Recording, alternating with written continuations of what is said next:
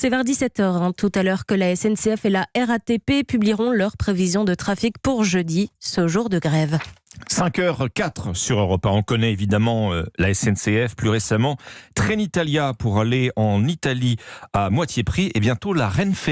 Oui, c'est la compagnie espagnole qui vient de lancer hier ses essais pour les lignes Barcelone-Lyon et Madrid-Marseille. Objectif, mise en service avant cet été. Après des années à fournir des documents, des preuves, etc. Bref, les lourdeurs administratives bien françaises, surtout que la SNCF n'aide pas la concurrence, Aurélien Fleureau. Bientôt le bout du tunnel, 4 ans plus tard pour la Renfe, pas aidée par la crise sanitaire ni par les nombreuses étapes réglementaires à franchir.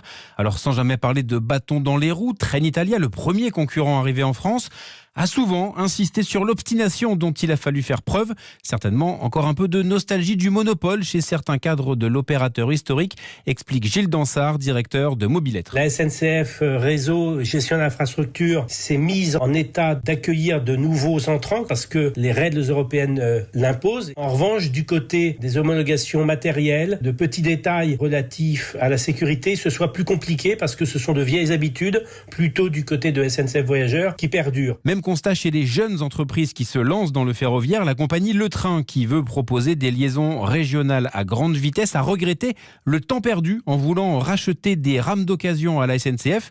Les négociations sont toujours en cours, mais ce nouvel opérateur ne pourra vraisemblablement pas démarrer avant 2025. Aurélien Fleureau, spécialiste transport d'Europe 1.